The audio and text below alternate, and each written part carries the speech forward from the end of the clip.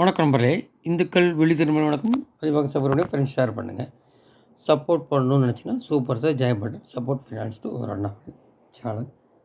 நன்றி.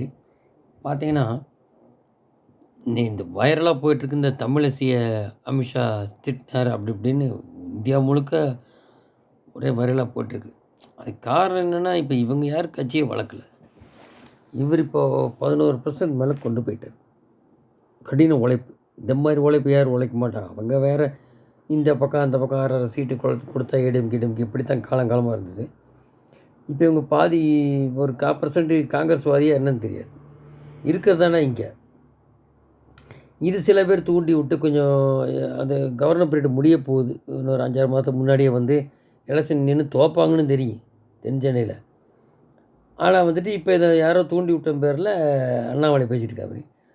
அந்த வார் ரூமில் ஏதாவது அண்ணாமலை வந்து கூட்டம் இன்றைக்கி பாரு ப்ரெஸ் மீட்டு கொடுக்க மாட்டேன், கோட்டையில் தான் கொடுப்பேன்னு சொல்லிட்டார் இறைவனையும். இன்றைக்கி ஏதோ ஒரு ஃபங்க்ஷன் போகும்போது கூட்டம் முண்டி அடித்து எடுக்கிறதுக்கு போகிறாங்க ஃபோட்டோ செல்ஃபியெல்லாம்.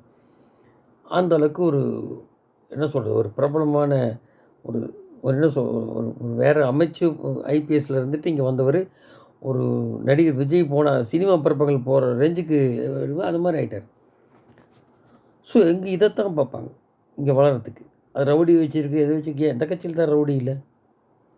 அவங்க மேனேஜ் பண்ணுறாங்களா, வைக்கிறாங்க வைக்கல. உன்னால் பண்ண முடியுமா? தமிழிசையை போட்டால் பண்ண முடியுமா? என்ன பண்ணிக்கி கேட்ட 4 சீட்டு 5 சீட்டு பிச்சை போட்டால் அதை வாங்கி தோற்றிட்டு போனாலும் கவர்னர் வேட்டை கொடுத்தாங்க 1க்கு 2. அதனால் போட்டு வான் பண்ணியிருப்பார். ஏன்னா காங்கிரஸ் மாதிரி கோஷ்டி பூசலிங்க ஆகாது. அதனால் இப்போது இவர் வந்து இனி அடுத்த கட்ட நடவடிக்கை மறுபடியும் பாத யாத்திரை இதெல்லாம் எடுக்க போகிறாரு. அது என்ன பண்ணுவார். ஒருவேளை அந்த பவன் கல்யாண் சந்திரபாபு நாயுடு வராமல் சந்திரபாபு நாயுடு பிஜேபி கூட்டணி வந்த மாதிரி அங்கே பவன் கல்யாண் மாதிரி இங்கே விஜய் இந்த பக்கம் சேர்ந்தால் மதிப்பு வரும் அண்ணாமலையோட.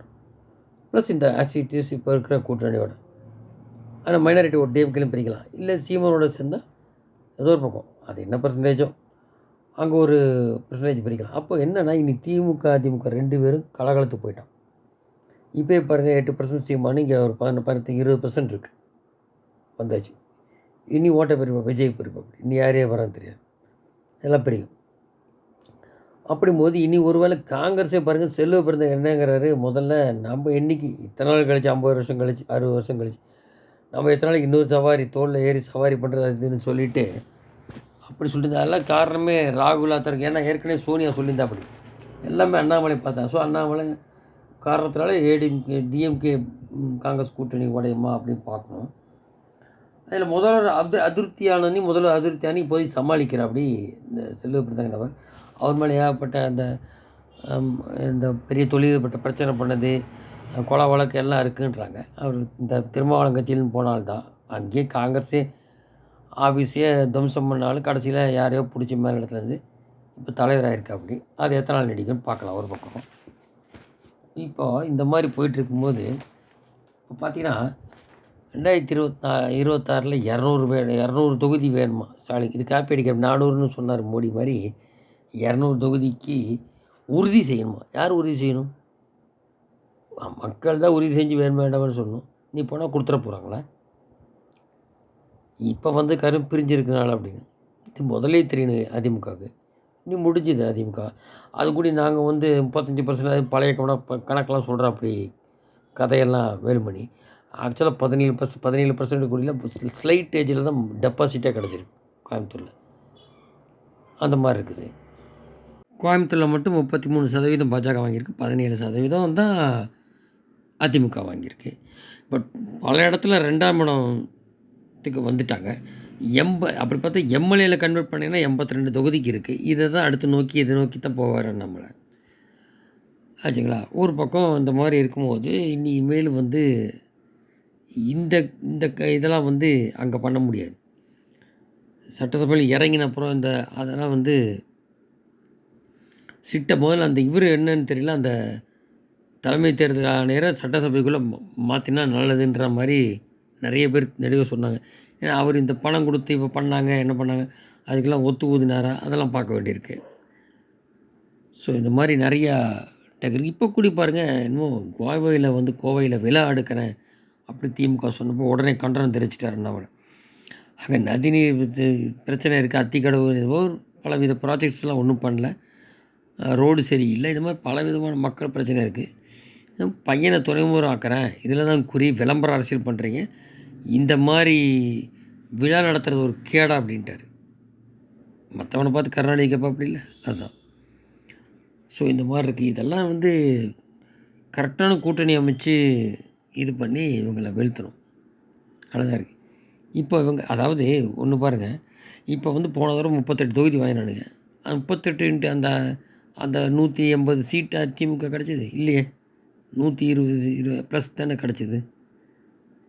அந்த மாதிரி தான் இதில் 75 சீட்டு பக்கம் எடப்பாடி வந்தது. அப்போது இவங்க இவர் 70-75 சீட்டு குறி வைப்பாங்க பாஜகவில். அது மட்டும் இல்லை, மோடி சொன்ன மாதிரி திமுக எங்கே இருக்குன்னா அது சில நடவடிக்கை எடுக்கணும். அது பயப்படாத நடவடிக்கை எடுக்கணும். ஏன்னா இவங்க அப்படிலாம் ஓட்டுலாம் அனுதாபெலாம் வராது. இப்போ கெஜ்ரிவால் எடுத்தாங்க, அங்கே 7 எம்பி வந்துருச்சு. அந்த சிப்பு சோரன் எடுத்தாங்க, வந்தது. அதனால் இவர் ஃபைல்ஸ் மட்டும் கொடுத்துறது மட்டும் அப்படியே உள்ள தூக்கி போட்டுக்காமல் கொஞ்சம் நடவடிக்கை எடுத்தால் தான் அவங்களும் கொட்டம் அடங்கும். இல்லை மக்கள் ஓட்டு போட்டுருக்காங்க, அவங்க கொள்ளையடிக்க ஆரம்பிப்பாங்க. சிலர் கேட்க வேண்டும்னாக்கா அவங்க என்னென்ன வந்திருக்கோ அது ஈடியை முழுமையாக ஒரு 2 மாதத்தில் பண்ணுறாங்களான்னு பார்ப்போம். அது பண்ணால் தான் அவங்களுக்கும் ஃபர்தராக பண்ணுறது மட்டும் இல்லை, இந்த தப்பு செய்கிறதுலேருந்து பின்வாங்கிறது மட்டும் இல்லை, அது பெனிஃபிட்டு பிஜேபி வரும். ஏன்னா இப்போ பிஜேபி அதிமுக கூட்டணி வராது 26லாம். எடப்பாடி தலைமை இருக்கும் வராது. இப்போ கூட செங்கோட்டையன் எல்லாம் ஒன்று சேருங்க கட்சின்னு பதறாங்க. அதனால் எடப்பாடி மாறின அவனையா அது கூட ஒன்று தினகரன் சேர மாட்டேன்ட்டார், சசிகலா சேர மாட்டேன். அதுங்க கட்சி அப்படி துண்டாகவே வச்சு நம்ம இன்டாக்டாக இருந்தால் லாபம்னு நினைப்பார்.